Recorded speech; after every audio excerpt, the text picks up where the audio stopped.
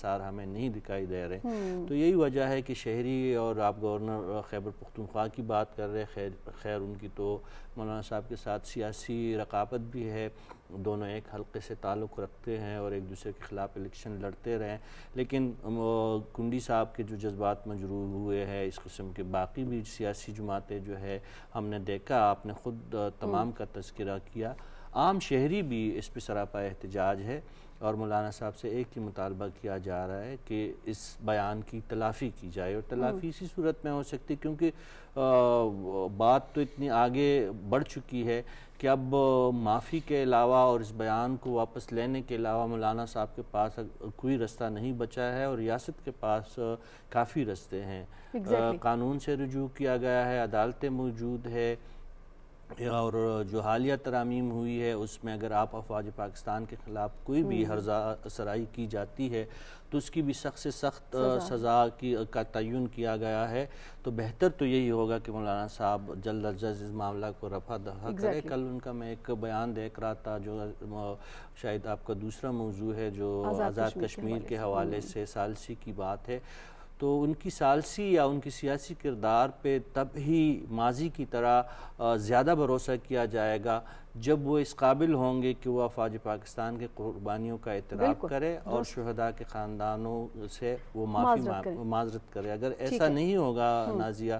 تو مولانا صاحب کی جو ہے ان کے لیے قانونی مشکلات بھی پیش آئیں گی ان کے سامنے, اور ان کے سیاسی قدقات میں بھی بہت کافی کمی واقع ہوگی. بالکل ٹھیک. ڈاکٹر صاحب کیوں ادراک نہیں کر پا رہے مولانا صاحب اس حوالے سے کہ ایک غلطی یا فرط جذبات میں جو الفاظ ان سے ادا ہوئے جو کہ قطعاً نہیں ہونے چاہیے تھے, بجائے اس کے کہ لوگوں کے جذبات جو ہیں وہ پائل اپ ہوں, بات عدالت تک جائے, وہ معذرت خواہانہ رویہ اختیار کرتے؟ کیا ان کا معذرت نہ کرنا اس بات کی عکاسی ہے کہ وہ سمجھتے ہیں کہ وہ ٹھیک ہے جو کچھ انہوں نے کہا ہے؟ اگر وہ ٹھیک ہیں تو پھر تو جو ریاست مخالف قوتیں ہیں ان بیانات سے تقویت پکڑیں گی, تو کیا وہ اس بات کا بھی ادراک نہیں کر رہے؟ دیکھیں, بعض اوقات انسان ایک نقطے سے محرم سے مجرم بن جاتا ہے. تو مولانا فضل الرحمان تو الفاظ کی در و بست, اس کے زیر و بم, ان چیزوں سے بہت آگاہ ہیں, اور منطق اس پر بھی ان کی بڑی گہری گرفت ہے, اور وہ ساری ہمیشہ ہر بات منطق کے ساتھ اور اس کے ساتھ کرتے ہیں. اور بعض اوقات جب وہ الفاظ کا استعمال باریک بینی سے کرتے ہیں تو لطف بھی آتا ہے. لیکن یہ حیرت ہوتی ہے کہ اس سب کے باوجود وہ ایسا کر بیٹھے ہیں. ایسا کیوں کر بیٹھے ہیں میں پھر عرض کروں گا. کل بھی میں نے کہا تھا کہ دیکھیں, بعض اوقات مولانا فضل الرحمان اپنے مزاج پر گرفت نہیں رکھ پاتے. ان کے ساتھ یہ میں نے کئی بار دیکھا ہے, یعنی بالکل ذاتی نشستوں میں بیٹھ کر, کہ بعض اوقات جب خفا ہوں تو پھر صورتحال بہت بگڑ جاتی ہے. مجھے ایسا لگتا ہے کہ ایسا ہی ہوا ہے. تو جو دانشمند لوگ ہوتے ہیں وہ اپنی غلطی کا اعتراف کرتے ہیں, اور اپنی غلطی کا اعتراف کر کے وہ چھوٹے نہیں ہو جاتے, وہ مزید بڑے ہو جاتے ہیں. ہم توقع رکھتے ہیں کہ مولانا مزید بڑے ہوں گے اور بڑائی کا ثبوت دیں گے. اگر وہ ایسا نہیں کرتے تو پھر یہ ان کے حق میں بھی اچھا نہیں ہے, خود ملک کے لیے بھی اچھا نہیں ہے. سبب کیا ہے؟ سبب یہ ہے کہ اس ملک کو, اس ملک کے عوام کو, اس ملک کی ڈیفینڈرز کو, یعنی مسلح افواج کو اس دنیا نے تسلیم کیا, اور بار بار تسلیم کیا کہ ان میں بڑی ریزیلینس ہے, اور یہ بڑے سے بڑے صدمے کو سہ کر بھی اٹھ کے کھڑے ہو جاتے ہیں. یعنی ہمیں یاد ہے کہ اس کو اے پی ایس کا واقعہ ہوا, اس سے پہلے درجنوں واقعات ہوئے, اس ملک کی قیادت کو قتل کر دیا گیا. لیکن اس کے باوجود اس عوام نے, دہشت گردی میں 1 لاکھ سے زیادہ لوگ شہید کر دیے گئے, اس میں ہماری مسلح افواج ہیں, ہماری پولیس ہیں, رینجرز ہیں, ایف سی ہے, اور عام شہری ہیں, اور ہماری سول بیوروکریسی بھی اس میں شہید ہوئے یہ لوگ. اس کے باوجود 30-40 برس سے پاکستان ان چیزوں کا سامنا کر رہا ہے, اور اگر پاکستان اس کے باوجود پورے قد سے کھڑا ہے تو اس میں پاکستان کے عوام کی قربانیاں اور پاکستان کے ڈیفینڈرز یعنی مسلح افواج کی قربانیاں شامل ہیں. بالکل ایسا. ان قربانیوں کے بارے میں اگر آپ یہ لب و لہجہ اختیار کریں گے تو اس سب کا بھی نگیشن ہے, اور جو ایک ہمت اور جذبہ عوام میں موجود ہے آپ اس پہ بھی ضرب لگا رہے ہیں. اچھا اس کا نتیجہ کیا ہوگا؟ کیا اس کے نتیجے میں پاکستان کا ریزیلینس ختم ہو جائے گا یا پاکستان کے عوام کا جوش و جذبہ ختم ہو جائے گا؟ نہیں، وہ برقرار رہے گا، کیونکہ ماضی میں بڑے حادثات ہوئے، لیکن جذبات کو ٹھیس پہنچتی ہے، جذبات کو ٹھیس بھی پہنچتی ہے۔ اس کے علاوہ اس سے آپ کا جو کردار ہے سیاست کے اندر وہ محدود ہو جائے گا۔ وہ محدود ہونا کوئی اچھی بات نہیں ہوگی، نہ آپ کے لیے نہ قومی سیاست کے لیے۔ اس لیے آپ اپنی قومی سیاست میں واپسی کے لیے وہی رویہ اختیار کریں جو ایک یعنی ایک زیرک اور دانشمند انسان استعمال کرتا ہے۔ آپ اپنی یوں سمجھیے کہ جو خفگی ہے اس کے زیر نہ ہو جائیں، اس کو زیر کر لیں۔ بالکل، بہت اچھی بات کی آپ نے۔ بلوچ صاحب، جس طرح سے ابھی ڈاکٹر صاحب یہ بات کر رہے ہیں، اس بات کو ہم اس طرح بھی سمجھ سکتے ہیں کہ قومی وحدت کی ہم جب بات کرتے ہیں، قومی یکجہتی کی جب ہم بات کرتے ہیں، یکسوئی کی جب ہم بات کرتے ہیں، جس کی اس وقت سب سے زیادہ ضرورت ہے، اس میں کچھ نکات ایسے ہیں جن کے ساتھ نہ چھیڑ چھاڑ کی جا سکتی ہے، نہ ہی ان کو مزید ایلیبوریٹ کرنے کی ضرورت ہے۔ اس پر سب کا اتفاق ہوتا ہے، سب اس میں متفق ہوتے ہیں۔ جب یہ بات کرتے ہیں کہ مولانا صاحب ایک زیرک سیاستدان ہیں، دانشمند ہیں، اور وہ بڑے دور اندیش بھی ہیں، پرانے پولیٹیشین ہیں، سارے اتار چڑھاؤ انہوں نے دیکھے ہیں، اس کے باوجود انہوں نے ان الفاظ کا چناؤ آپ کے خیال میں کیوں کیا؟ اتنے چپتے ہوئے اور اتنے بے باک الفاظ انہوں نے استعمال کیے کہ پوری 24 کروڑ عوام کی دل آزاری کی، شہداء کے لواحقین کی دل آزاری کی۔ ان کے کچھ انٹرویوز میں سن رہی تھی سوشل میڈیا پہ، جس پہ وہ کافی دل گرفتہ ہیں اور وہ یہ سمجھتے ہیں کہ پیسہ جو ہے وہ ان کے بچوں کی جان کی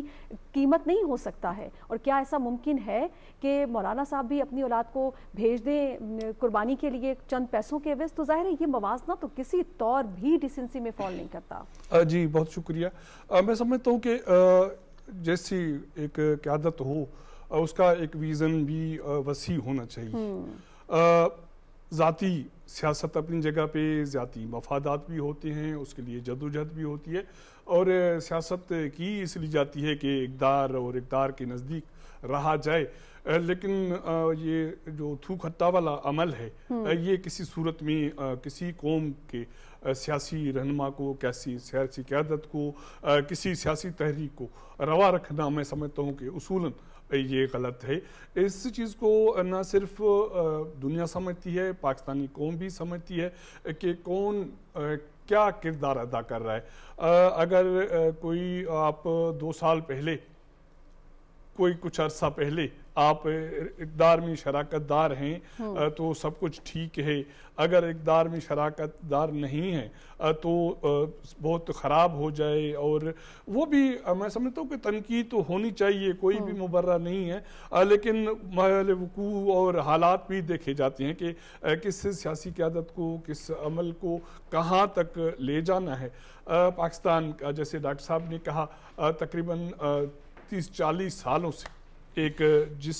کیفیت سے گزر رہا ہے، دہشت گردی، پراکسی، ہمارے ایسٹرن بارڈر سے سازشیں، ویسٹرن بارڈر سے دہشت گردی، اور اس کے بعد ہمارے اندرونی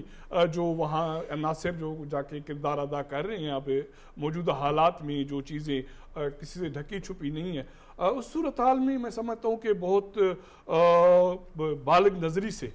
باتیں کرنے کی ضرورت ہے۔ اس کے پہ سیاست میں آپ نے اگر آپ کے مفادات کسی بھی ریاست سے وسیع نہیں ہونے چاہیے، بالاتر نہیں ہونا چاہیے، قوم سے بالاتر نہیں ہونے چاہیے۔ باقی تو سیاست اسی کا نام ہے کہ آپ اقدار کے لیے جدوجہد کرتے ہیں، لیکن اس پہ آپ جو ادارے ہیں ریاستی جو اس کے دفاع کے ضامن ہیں اور قومی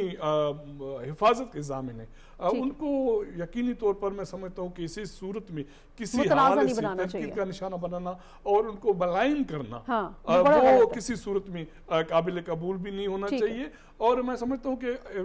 اب ہم تو چھوٹے سے کارکن ہیں، ایک جرنلسٹ ہے، لیکن یہ سیاسی آپ نے تو قومی ایک دھارے میں ایک کردار ادا کیا ہے، تو اچانک کیا ہو جاتا ہے کہ اگر 1 سال 1.5 سال کے لیے آپ کرسی سے سائیڈ ہو جائیں تو آپ چڑھ دوڑیں، یہ تو عمل میں سمجھتا ہوں کہ سیاسی بالغ نظری نہیں ہے۔ ٹھیک ہے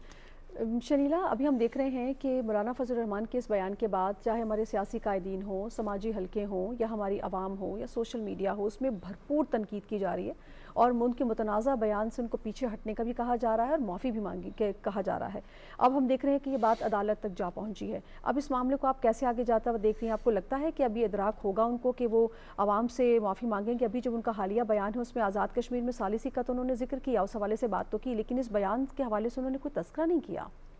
بہت شکریہ نازیہ. میرا نہیں خیال کہ وہ اس بیان سے اب ہٹتے ہوئے نظر آ رہے ہیں, یا ان کو ادراک ہوا ہے کہ انہوں نے کتنی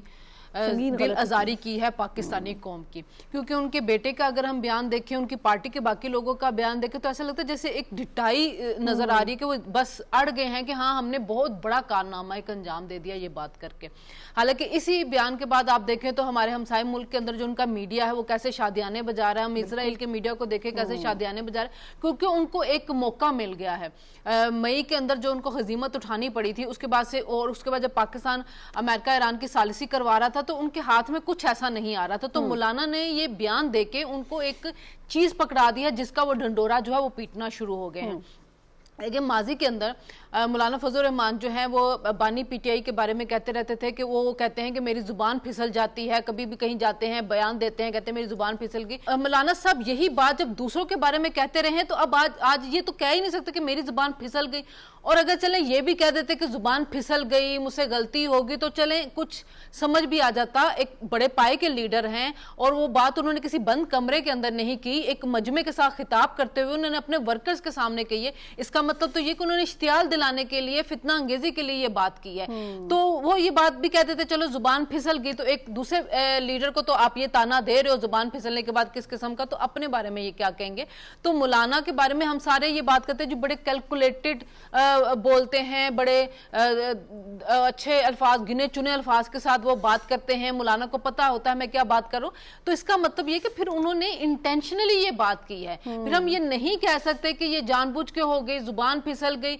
کہیں ندامت کا اظہار ہو تو پھر بھی سمجھ آئے, نہ ندامت کا اظہار ہے نہ مجھے معافی کا کچھ سمجھ آ رہی کو مانگیں گے. لیکن ریاست اتنے گرجز کس بات کے ہیں کہ آپ ریاستی اداروں پر ہی چڑھ دوڑیں؟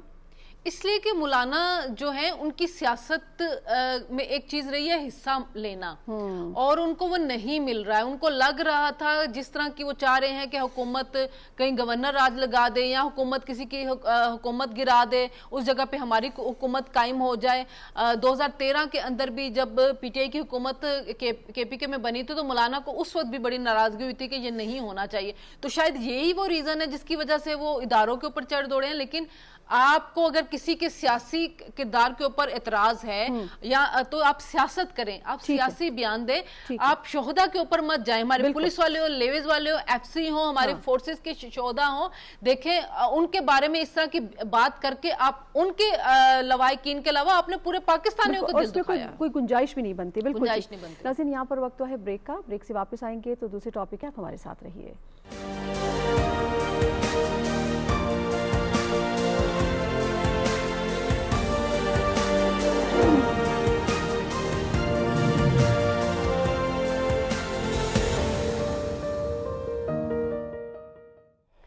ویلکم بیک ناظرین, اور پروگرام کے سلسلے میں ہم بات کریں گے آزاد جموں کشمیر کے عام انتخابات جو کہ 27 جولائی کو شیڈیول ہیں, اور ریاست یہ فیصلہ کر چکی ہے کہ اس میں کسی قسم کا کوئی رد و بدل سامنے نہیں آئے گا. اس حوالے سے ہم دیکھ رہے ہیں کہ سیاسی سرگرمیاں اور جو انتخابی سرگرمیاں ہیں وہ خاصی تیزی پکڑ چکی ہیں. جلسے جلوسوں کا سلسلہ بھی جاری ہے, کارنر میٹنگز بھی ہو رہی ہیں, انتخابی مہمات بھی جاری ہیں. عوامی ایکشن کمیٹی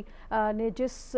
ایک سوچ کے تحت اپنے احتجاجی محاذ کو کھڑا کرنے کی کوشش کی تھی ریاست کے خلاف کہ کسی طرح سے ان انتخابات کو سبوتاژ کیا جا سکے, اس حوالے سے ہمیں وہ مکمل طور پہ ناکام ہوتی ہوئی نظر آ رہی ہے. اور یہ توقع بھی اب یہ کی جا رہی ہے کہ آزاد کشمیر کے عوام کے حوالے سے جو انتخابات ہو رہے ہیں ان میں ان کا ٹرن آؤٹ ہمیں زیادہ نظر آئے گا. اس حوالے سے امید ظاہر کی جا رہی ہے. اس کی جو وجہ سامنے آ رہی ہے وہ بھی اپنے پینلسٹ میں سے بات بھی اس پہ کریں گے, وہ یہ کہ وہ یہ سمجھ رہے ہیں کہ جو سیاسی شعور جو کہ آزاد جموں کشمیر کی عوام میں پہلے دن سے موجود تھا اس کو مزید تقویت ملی ہے کیونکہ عوامی ایکشن ایکشن کمیٹی نے جس طرح سے اپنے احتجاج کا دائرہ کار بڑھایا عوامی مطالبات کے نام پہ، اور جو شرانگیزی اور فتنہ انگیزی انہوں نے پیدا کی اور ریاست اور ریاستی اداروں کے خلاف آ کھڑے ہوئے ہیں، اس سے جو ان کی عزائم ہے، اصل عزائم وہ آزاد جموں کشمیر پہ مکمل طور پر جو عوام ہے ان کے مکمل طور پر ان پہ آشکار ہو چکے ہیں، اور وہ سمجھتے ہیں کہ اب اس جمہوری عمل کا حصہ بننا بے حد ضروری ہے اور اس کے ٹرن آؤٹ کا بہتر ہونا بھی ضروری ہے، تاکہ اس کے نتیجے میں جو عوامی نمائندے ہیں وہ مقررہ جگہ پر پہنچے اور ان کے جو اصل مسائل ہیں ان کو صحیح طریقے سے قانون اور آئین کے دائرہ کار میں رہتے ہوئے اس کو حل کیا جا سکے۔ تو یہ ایک بہت بڑی اچیومنٹ ہوگی آزاد جموں کشمیر کے عوام کی کہ اگر وہ اس فتنے کو اس لحاظ سے بھی ڈیفیٹ کرتے ہیں۔ دوسری جانب ہم دیکھ رہے ہیں کہ جس طرح سے میں نے ذکر کیا کہ انتخابی سرگرمیاں جو ہیں وہ اپنی عروج پر پہنچ چکی ہیں۔ پاکستان پیپلز پارٹی کے چیئرمین بلاول بھٹو زرداری انتخابی مہم کے سلسلے میں مظفر آباد میں موجود ہیں، اور انہوں نے یہ اعلان بھی کیا ہے کہ جب تک الیکشن نہیں ہو جاتے وہ وہاں پر موجود ہوں گے۔ جلسے سے انہوں نے خطاب بھی کیا جس میں انہوں نے یہ کہا کہ یہ جو معاملہ ہے جو آزاد کشمیر میں جنم لے چکا ہے کالعدم عوامی ایکشن کمیٹی کے مطالبات کی آڑ میں، اس کو اب سارٹ آؤٹ ہو جانا چاہیے۔ 1 ماہ سے زیادہ ہو گیا ہے اس جتھے کو بیٹھے ہوئے اور ہنگامہ آرائی کرتے ہوئے، اب جو ہے ان کو اپنی حرکتوں سے باز آنا چاہیے اور اس عمل میں جو ہے رکھنا نہیں ڈالنا چاہیے۔ پھر یہ بھی بتایا جا رہا ہے مشیر وزیر اعظم رانا ثناء اللہ خان کے جو بیان کی روشنی میں کہ 19 جولائی سے جو سابق وزیر اعظم ہے نواز شریف صاحب وہ بھی وہاں پر موجود ہوں گے، انتخابی مہم کا باقاعدہ جو ہے وہ آغاز کریں گے، لہٰذا انتخابی مہم اپنی پوری جو ہے وہ پوری قوت کے ساتھ جاری ہے۔ اس وقت جو آزاد کشمیر کی ناظرین تازہ ترین صورتحال ہے اس کے مطابق اگر میں آپ کو بتاؤں تو یہ مسلح جتھے جگہ جگہ پر سیکیورٹی فورسز پر حملہ آور ہو رہے ہیں، اور گزشتہ 48 گھنٹوں کے دوران ایک سیکیورٹی اہلکار جو ہے وہ شہید ہو چکا ہے اور درجنوں جو ہیں اس میں زخمی ہیں۔ یہ لوگ جگہ جگہ پر رکاوٹیں کھڑی کر رہے ہیں، خوراک کو نہیں پہنچنے دے رہے ہیں، اور حکام اس بات کو میک شور کر رہے ہیں کہ تمام راستے کھلے ہوں اور عوام جو ہے ان کی زندگی کو آسان بنایا جا سکے۔ چیئرمین پارلیمانی کمیٹی برائے کشمیر رانا قاسم نون اور وفاقی وزیر طارق فضل چودھری نے بھی مشترکہ پریس ٹاک کی اس حوالے سے، جس میں انہوں نے کہا کہ جو الیکشن ہے 27 جولائی کو جو ہونے ہیں وہ اپنے مقررہ وقت پر ہی ہوں گے، اور خاص طور پر انہوں نے کالعدم عوامی ایکشن کمیٹی کو اپنی حرکات سے باز رہنے کے لیے بھی متنبہ کیا ہے۔ رشید صافی صاحب، انتخابی مہم ایک طرف اور کالعدم عوامی ایکشن کمیٹی کے جو حرکات و سکنات ہیں وہ ایک طرف، لیکن ہم دیکھ رہے ہیں کہ یہ دن بدن جو ہے وہ دم توڑتی جا رہی ہے۔ بالکل نازیہ، آپ درست کہہ رہی ہے۔ دیکھیں آپ خود آپ نے اپنے ابتدائیہ میں بھی کہا کہ کشمیر میں آزاد کشمیر میں سیاسی شعور ملک کے کئی علاقوں سے بہت زیادہ ہے، اور اس دفعہ ایکشن کمیٹی نے عوام کے حقوق کے نام پہ جس طریقے سے گندی سیاست اور بلکہ اس سے بڑھ کے دہشت گردی کی ہے، تو اس کے بعد آزاد کشمیر کے عوام اس نتیجے پہ پہنچے ہیں کہ ان کی بقا پاکستان اور پاکستان کی بقا ظاہر کشمیر کے ساتھ یہ ایک دوسرے کے ساتھ بالکل نتھی ہے، جڑی ہوئی ہے۔ تو یہ جو انتخابی عمل وہاں پہ ایک طرف ایکشن کمیٹی کے اپنے جو کالعدم ایکشن کمیٹی ہے ان کے دعوے اپنی جگہ پہ، لیکن ابھی تک ہماری جو وہاں پہ مقامی لوگوں سے بات ہوئی ہے راولہ کوٹ سے، انہوں نے مظفر آباد آنے کے لیے جو سو کارڈ لانگ مارچ کی جو دھمکی دی تھی وہ اس پہ عمل درآمد نہیں کر سکے کیونکہ عوام ہی نہیں نکلی ہے۔ آپ کل ڈسکس کر رہے تھے کہ بچوں کو اور بچیوں کو ورغلایا جاتا ہے کہ اسکول یونیفارم پہن کے آئے، خواتین کو گھروں سے بلا کے روڈوں پہ بٹایا جا رہا ہے تاکہ یہ تاثر دیا جائے کہ بچے اور پوری جو عوام ہے ان کے ساتھ ہے اور ان کو ڈال بنا کہ وہ آگے بڑھ سکے اور ریاست کو پریشان کرے۔ لیکن الحمدللہ ریاستی مشینری جو ہے آزاد جموں کشمیر کی جو ریاستی مشینری ہے، جو وفاقی حکومت کی جو ریاستی مشینری ہے وہ فعال ہے، وہ حالات انہوں نے قابو میں رکھے ہوئے ہیں۔ چند شرپسند جو ہے وہ پہاڑوں میں اور ادھر ادھر چھپے ہوئے ہیں، جن کا سب سے کچھ بڑے ہیں وہ افغانستان فرار ہو چکے ہیں، اور عوام میں جو ہے اس وقت ہم دیکھ رہے ہیں کہ انتخابی سرگرمیوں کی گہمہ گہمہ نظر آ رہی ہے۔ بلاول بھٹو زرداری کا وہاں پہ پہنچنا اور وہاں پہ پریس ٹاک کرنا یہ بہت ہی حوصلہ افزا بات ہے۔ مین سٹریم اور جو مرکزی جماعتیں ہیں ملک کی ان سب کو وہاں پہ جانا چاہیے، جس طرح آپ یہ بات بتا رہی ہیں کہ نواز شریف صاحب بھی ادھر جا رہے ہیں، باقی جماعتوں کو بھی جانا چاہیے، پی ٹی آئی کو بھی جانا چاہیے، نون لیگ تو نواز شریف صاحب تو جا ہی رہے ہیں، پیپلز پارٹی تو پہلے سے موجود ہے، مولانا صاحب کو بھی یہ بیان بازیوں سے ہٹ کے وہاں پہ جا کے اپنا کردار ادا کرنا چاہیے، سیاسی کردار ادا کرنا چاہیے۔ بات یہ ہے کہ ایک بات تو آپ کی اس بات سے تو میں بالکل متفق ہوں کہ انتخابات آزاد کشمیر میں مقررہ تاریخ ہی کو ہوں گے، اور اس دفعہ ہم یہ توقع کر رہے ہیں، جو عوامی جائزے ہیں وہ ہمیں بتا رہے ہیں کہ ٹرن آؤٹ بھی بہت زیادہ ہوگا ماضی کے مقابلے میں، کیونکہ لوگوں میں ایک ریئیکشن پیدا ہوا ہے کہ ان کے حقوق کے نام، جب آپ کے تمام مطالبات تسلیم کیے گئے ہیں اور ایک ہی مطالبہ ہے تو اس لیے وہ مطالبہ قانون ساز اسمبلی نے حل کرنا ہے، اور قانون ساز اسمبلی تبھی وجود میں آئیں گی جب الیکشن ہوں گے۔ تو یہ تو جو سو کالڈ عوامی ایکشن کمیٹی ہے ان کو بھی یہ بات سمجھ لینے چاہیے کہ جب قانون ساز اسمبلی کا وجود ہوگا، انتخابات ہوں گے، تو تب ہی ان کے مسائل حل ہوں گے اگر کوئی ہے۔ اور آخری بات جو بلاول بھٹو زرداری نے مظفر آباد میں بیٹھ کے جو بات کی ہے کہ افواج پاکستان ہماری ریڈ لائن ہے، اور پاکستانی اداروں کی عزت اور تکریم کو برقرار رکھنا اور حکومت کی ریٹ کو برقرار رکھنا پیپلز پارٹی کی سب سے بڑی ترجیح ہے، یہ بہت حوصلہ افزا بات ہے، اور یہ میسج جو ہے آزاد کشمیر کے عوام تک پہنچ چکا ہے، اور اس میسج سے مجھے لگتا ہے کہ آزاد کشمیر کے تمام عوام جو ہے وہ بالکل متفق ہیں۔ ٹھیک ہے ڈاکٹر صاحب، کلتم عوامی ایکشن کمیٹی کے وہ لوگ جو بڑے زور و شور سے لوگوں کو اکسا رہے تھے کہ وہ گھروں سے باہر نکلیں اور ریاست کے علاقے کے خلاف اٹھ کھڑے ہوں، تشدد پر ان کو اکسا رہے تھے، اب انہی میں سے بہت سے لوگ ایسے ہیں جس میں میں نے ان کے کچھ بیانات سنے جن میں نے خاصا نرم رویہ اختیار کر رکھا ہے، جیسے ان کی خواہش ہو کہ ان کو کسی طرح سے مذاکرات پہ انگیج کیا جائے۔ آپ اچھی طرح سے جانتے ہیں کہ کس طرح سے ریاست نے پہلے دن سے ہی ان کو انگیج کرنے کی کوشش کی، بار بار گزارش کی کہ آپ آ کے بیٹھیے، بات کرتے ہیں، بات چیت سے معاملہ حل ہوگا، لیکن وہ اڑے رہے۔ اب ایسا لگ رہا ہے کہ ریاست ان کو کسی قسم کی کوئی رعایت دینے کے موڈ میں نہیں ہے۔ دیکھیے نا، انہوں نے کیا کیا، یہ جو لوگ جن کے نام آپ لے رہی ہیں، اس میں عمر نذیر بھی تھے اور بھی بہت سارے لوگ تھے، ان لوگوں نے سب سے پہلے ریاست کے خلاف سٹینس لیا، اور انہوں نے وہ لب و لہجہ اختیار کیا جو کوئی پاکستان کا دشمن اختیار کر سکتا ہے۔ یوں سمجھ لیجئے کہ کوئی بی جے پی کا کوئی اردو ورشن بات کر رہا تھا، تو ان لوگوں نے یہ طرز عمل اختیار کیا۔ ان کا خیال یہ تھا کہ وہ سب کچھ ریاست کو زیر کر لیں گے اور اپنی شرائط ان سے منوا لیں گے، اور اس کے لیے انہوں نے تشدد کا راستہ بھی اختیار کیا، پاکستان کے خلاف لب و لہجہ بھی اختیار کیا، اور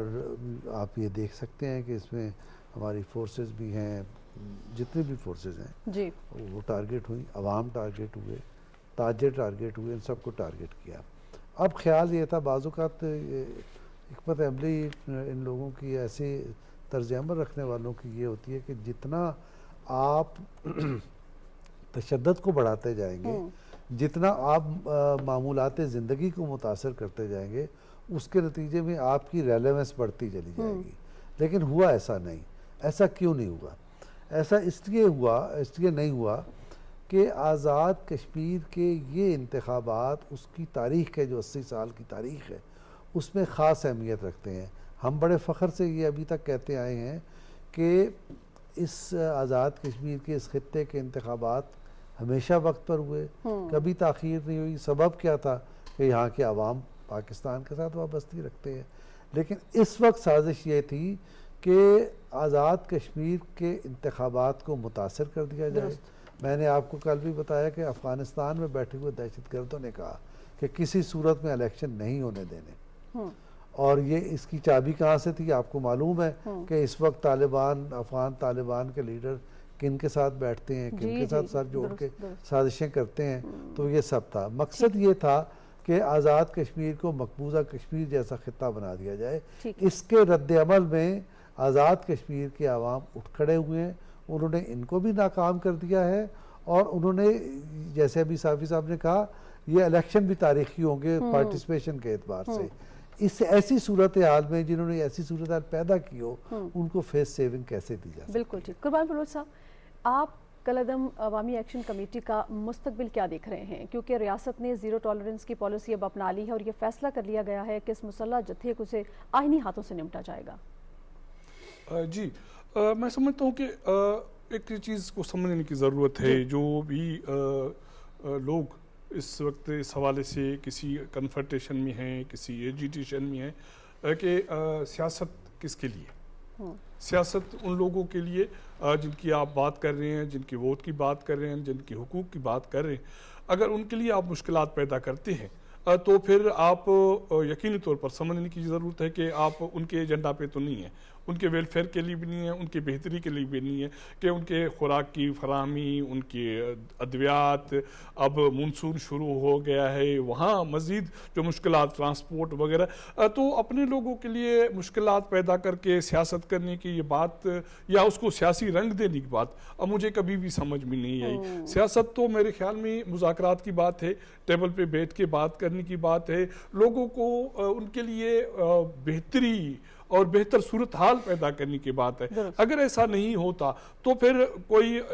بغیر الزام لگائے، بغیر بات کیے، یہ تو آدمی دعویٰ کر سکتا ہے کہ وہ کم سے کم لوگوں کے مفاد بھی نہیں ہے۔ اب اس وقت میجارٹی وہاں جو پاپولیشن ہے یا سیاسی جماعتیں جو ہمیشہ انتخابات کے عمل میں وہاں انتخابات لڑتی رہیں، جیتی رہیں، حکمرانی کرتی رہیں، ان کی میجارٹی ابھی بھی اس پہ کاربند ہے، اس پہ ان کا موقف عزم ہے کہ انتخابات ہونے ہیں، اور وہ انتخابات کا ایک ماحول جو ہے وہ بھی شروع ہو گیا ہے۔ لیکن اس صورتحال میں آپ کسی ایک دھڑا، ایک گروپ اگر اس سارے چیزوں کو سبوتاز کرتا ہے تو میں سمجھتا ہوں کہ وہ عوام کے جو ووٹ ہے، اس کا جو فیصلہ ہے، اس کی جو سوچ ہے، اس کو نیگیٹ کرتا ہے، اس کو رد کرتا ہے، جو مفاد بھی نہیں ہے کسی کے۔ بالکل ٹھیک۔ شنیلا، اوورال اگر ہم دیکھیں تو عوامی ایکشن کمیٹی جو کلعدم عوامی ایکشن کمیٹی ہے، اس کا طریقہ کار بڑا ہی لیتھل اور خوفناک رہا، یعنی کہ انہوں نے پہلے لوگوں کو عوام جو ریاست ہے اس کے خلاف بھڑکانا شروع کیا، پھر ایک جتھے کی صورت اختیار کر لی،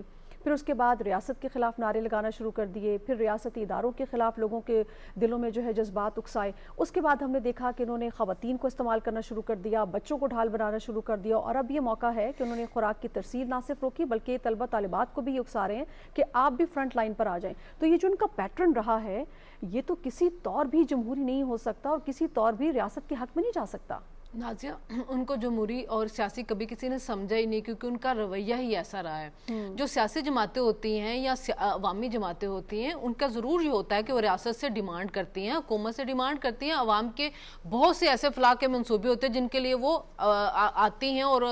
ڈیمانڈ کرتی ہیں، لیکن یہ جو طریقہ کار اپنایا جاتا ہے نا، یہ صرف فتنہ پھیلانے کے لیے ہوتا ہے، شر انگیزی پھیلانے کے لیے ہوتا ہے۔ سیاست میں آپ کو احتجاج کا حق ہے، سیاست میں آپ کو ریلی نکالنے کا حق ہے، سیاست میں آپ کو جلسے جلوس کرنے کا حق ہے، سیاست میں آپ کو اپنے مطالبات حکومت وقت کے سامنے رکھنے کا حق حاصل ہے۔ آپ کے مطالبات آئے، جو مطالبات عوامی مفاد میں تھے، حکومت نے ان کو مانا، ان کو امپلیمنٹ بھی کیا، لیکن جو ایک اب جو ڈیمانڈ ہے جس کے اوپر وہ اڑ گئے، ان کو پتہ ہے کہ یہ نہیں ہو سکتا جبکہ کوئی اسمبلی موجود میں نہیں ہوگی، آئینی قانونی یہ معاملہ ہے، یہ ایگزیکٹو آرڈر والا نہیں ہے، اس کے اوپر ڈٹ جانا، اس کو لے کے ریاست کے خلاف نعرے لگانا، لوگوں کو بھڑکانا، لوگوں کی برین واشنگ کرنا، یہ جتھوں کی صورت میں حملے کرنا، یہ صرف اور صرف شرانگیزی ہے، فتنہ پھیلانے کے لیے ہے، اس کا کوئی سیاسی مقصد نہیں ہے۔ لیکن پھر بھی وہاں کی جو ایک میجورٹی عوام ہے، آپ وہ دیکھیں کہ وہ سیاسی جماعتوں کے ساتھ، اب بلاول بھٹو وہاں پہ جا کے بیٹھ گئے ہیں، وہ جلسے کر رہے ہیں، وہ ریلیاں نکال رہے ہیں، اس کا مطلب یہ ہے کہ عوام چاہ رہی ہے کہ الیکشن ہو، عوام چاہ رہی کہ سیاسی سرگرمی ہو، اسی وجہ سے وہ یہ ساری ایکٹیویٹیز وہاں پہ ہو رہی ہیں۔ اب میاں نواز شریف صاحب وہاں پہ جائیں گے، وہ بھی جلسے کریں گے، تو ایک مخصوص علاقے کو انہوں نے ہاسٹیج کیا ہوا ہے، وہاں پہ خواتین کو بٹھا کے وہ ڈھال اپنی وہ بنایا ہوا ہے، باقی سارے آزاد کشمیر کے اندر سیاسی ایکٹیویٹیز ہو رہی ہیں۔ جب الیکشن ہوگا، وہاں پہ جو ٹرن آؤٹ ہوگا، جس طرح وہاں پہ اسمبلی آئے گی، سب کو پتہ چل جائے گا کہ ان کی جو شرانگیزی تھی وہ ٹوٹلی ناکام ہوئی ہے۔ بالکل ٹھیک۔ ناظرین، اسی کے ساتھ ہی پروگرام کے تیسرے حصے میں ہم داخل ہوں گے، جہاں پر ہم بات کریں گے مشرق حال کی، جو کہ دن بدن کشیدہ ہوتی جا رہی ہے اور جنگ کے بادل ایک دفعہ پھر منڈلاتے ہوئے نظر آ رہے ہیں۔ امریکہ اور ایران دونوں جانب سے ہمیں اسلام آباد میمورنڈم آف انڈرسٹینڈنگ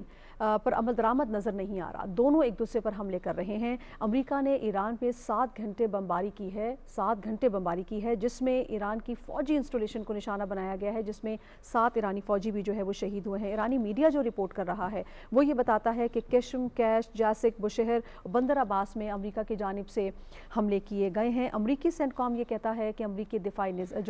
ایرانی دفاعی نظام ہے، ان کا جو میزائل سسٹم ہے، ڈرون تنصیبات کو امریکہ کی جانب سے نشانہ بنایا گیا ہے۔ امریکہ نے ایران کی بحری ناکہ بندی دوبارہ شروع کر دی ہے۔ امریکی سینٹ کام یہ بتا رہا ہے کہ مشرق وسطیٰ میں اس وقت 50,000 امریکی فوجی موجود ہیں، مکمل طور پر تیار ہیں۔ 20 بحری جہاز بھی ہمارے پاس موجود ہیں جو کسی بھی قسم کی کارروائی کے لیے مکمل طور پر چوکنا ہے اور تیار ہیں۔ دوسری جانب اگر ہم بات کریں ایران کی، تو ایران نے اردن، کویت اور بحرین میں موجود جو امریکی فوجی تنصیبات ہیں ان پر جوابی وار کیے ہیں۔ کچھ ڈیٹیل اگر میں آپ کے سامنے رکھوں تو بحرین کے شیخ عیسیٰ ایئر بیس کو حملہ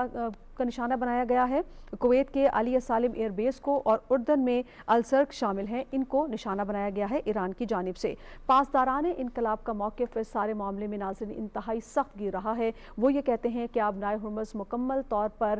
بند کر دی گئی ہے، کسی قسم کی وہاں سے جو ہے بحری جہاز نہیں گزر سکتے ہیں۔ امریکی صدر نے ایک دفعہ پھر دھمکی دی ہے ایران کو اور وہ کہتے ہیں کہ اگر ایران معاہدے کی پاسداری نہیں کرتا ہے تو اگلے ہفتے شدید ترین حملے ایران پر کیے جائیں گے، جس میں بجلی گھر بھی شامل ہیں ان کے اور پل بھی شامل ہیں جن کو ہم نشانہ بنا سکتے ہیں۔ اور ایرانی صدر نے اس کے جواب میں یہ کہا ہے کہ ٹرمپ کے بیانات کا جواب ہم نہیں دیں گے بلکہ ہم عمل کر کے دکھائیں گے کہ ہم اس کا رسپانس کیا دے سکتے ہیں۔ تو یہ انتہائی ایک خطرناک صورتحال ہے۔ خلیجی ممالک میں بھی تشویش کی لہر دوڑ چکی ہے، اس پر ہم مزید بات کرتے ہیں۔ صافی صاحب، صورتحال اس وقت ہمیں خاصی گمگین ہے اور وہ جنگ جس کو بچانے کے لیے پاکستان نے تابڑتوڑ کوششیں کی ہیں، ایک دفعہ پھر اس طرف دونوں ممالک جاتے ہوئے نظر آ رہے ہیں۔ جی نازیہ، تفصیلات تو تقریباً آپ نے ساری بتا دی، لیکن ڈونلڈ ٹرمپ کا یہ بیان کہ جب تک میں نہ کہوں تو تب تک جنگ جاری رہے گی، اور ایران کے پاسداران کی جانب سے مسلسل جو ایگریشن دکھائی دیا جا رہا ہے وہ بھی ایک جنگ کو طول دینے والی بات ہے۔ پاکستان اپنی کوششوں میں لگا ہوا ہے، پیچھے نہیں ہٹ رہا۔ امید تو ہم یہی کر سکتے ہیں کہ پاکستان نے جو یادداشت کی مفاہمت کی یادداشت جو دونوں ممالک کے بیچ میں سائن کروائی ہے اس پہ عمل درآمد ہو، لیکن حالات دن بدن گمبھیر ہوتے جا رہے ہیں۔ بالکل ٹھیک۔ ڈاکٹر صاحب، اس وقت آپ کیا سمجھتے ہیں، مختصر آپ کا جواب چاہوں گی کہ کتنا ضروری ہے علاقائی ممالک کا کردار؟ چین نے بھی اس پہ بات کی ہے، روس نے بات کی ہے، دیگر ممالک بھی یہ زور دے رہے ہیں کہ افریقین اس پر عمل درآمد کو یقینی بنائیں۔ اسرائیل اور انڈیا کے سوا پوری دنیا یہ جنگ بند کرانا چاہتی ہے اور اس کی یہی خواہش ہے، ایک بات۔ دوسری بات یہ کہ جو رات سٹیٹمنٹ آئی ہے ٹرمپ کی، اس میں اس نے یہ کہا ہے کہ منگل کو ہماری بات چیت جاری رہی ایران کے ساتھ اور اس کے ساتھ ساتھ حملے بھی جاری رہے۔ اس کا مطلب یہ ہے کہ انگیجمنٹ ختم نہیں ہوئی۔ انگیجمنٹ وہ کھڑکی ہے جس سے امن کی امید ابھی بھی نظر آتی ہے۔ ہم توقع کرتے ہیں، دعا کرتے ہیں کہ اللہ تعالیٰ فریقین کو سمجھداری دے اور وہ دانش مندی کا مظاہرہ کرتے ہوئے اس دنیا کو امن سے دور نہ کریں، قریب لے آئیں۔ بالکل ٹھیک۔ قربان بلوچ صاحب، دونوں جانب سے الزامات جاری ہیں، دونوں جانب سے جو آبنائے ہرمز ہے اس پر جو ہے وہ بات کی جا رہی ہے، دونوں اپنی اپنی بات کر رہے ہیں۔ اس وقت آپ کا کیا خیال ہے کہ کس انداز میں ان کو اس ایک پوائنٹ پر متفق کیا جا سکتا ہے کہ جس سے جو ایم او یو ہے اس پر بھی عمل درآمد کو ممکن بنایا جا سکے اور ایک سٹیپ آگے نکل کے بات چیت شروع کی جا سکے؟ جی، میں سمجھتا ہوں کہ نہ صرف آبنائے ہرمز، امریکہ ایران دونوں اطراف سے جو ایک قیاس صورتحال پیدا کی گئی ہے، اب دنیا کو، ان دونوں ممالک کو، میں سمجھتا ہوں کہ ایران ہمارا مسلم برادر ملک، امریکہ کے ساتھ ہمارے پرانے تعلقات، لیکن اس جو نئی قیاس کی صورتحال پیدا ہوئی ہے اس سے ساری دنیا متاثر ہو رہی ہے، اور خاص کر کے یہ خطہ جو چھوٹی معیشتیں ہیں مزید متاثر ہو رہی ہیں۔ تو وہ اپنے مفادات کے اس سارے عمل کو، جو امن کے لیے جو پاکستان نے کوشش کی، اور میں سمجھتا ہوں کہ اس میں بہت سارے ایسی چیزیں ہیں جس کو پاکستان کو معاشی اور اقتصادی طور پر نقصان بھی اٹھانا پڑا، تو ان کو قربانی کا بکرا نہیں بنانا چاہیے۔ ان دونوں کو تحمل سے اس بات کو سوچنا سمجھنے کی ضرورت ہے کہ اب انف سے انف، ان دونوں ممالک کی وجہ سے، ان کی قیاس کی وجہ سے ساری دنیا ایک بدامنی اور قیاس کی صورتحال میں جو جا رہی ہے، یہ ان کو دونوں ممالک کو اب سمجھنے کی ضرورت ہے کہ اب بہت ہو گیا، اب بس ہونی چاہیے۔ ٹھیک ہے شنیلا، جس کیوس کی بات کر رہے ہیں قربان بلوچ صاحب، وہ ساری دنیا آبزرو کر رہی ہے۔ ایران نے جو یو این کو خط لکھا اس میں انہوں نے نشاندہی کی کہ 42 دفعہ جو ہے وہ امریکہ کی جانب سے خلاف ورزی کی گئی ہے ایم او یو کی،